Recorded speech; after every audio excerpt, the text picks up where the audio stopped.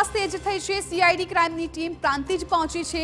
રોકાણકારો ફરિયાદ નોંધાવ્યા બાદ સર્ચ કાર્યવાહી। એપ્રોચ રોડ પર આવેલ બીઝેડ ગ્રુપની ઓફિસે તપાસ કરવામાં આવી રહી છે। તો બીઝેડ કૌભાંડમાં તપાસ તેજ કરવામાં આવી છે। સીઆઈડી ક્રાઇમની ટીમ હવે પ્રાંતિજ પહોંચી છે, ત્યાં પણ તપાસ કરવામાં આવશે। મહત્વપૂર્ણ છે કે રોકાણકારે ફરિયાદ નોંધાવ્યા બાદ સર્ચની કાર્યવાહી છે કરવામાં આવી રહી છે।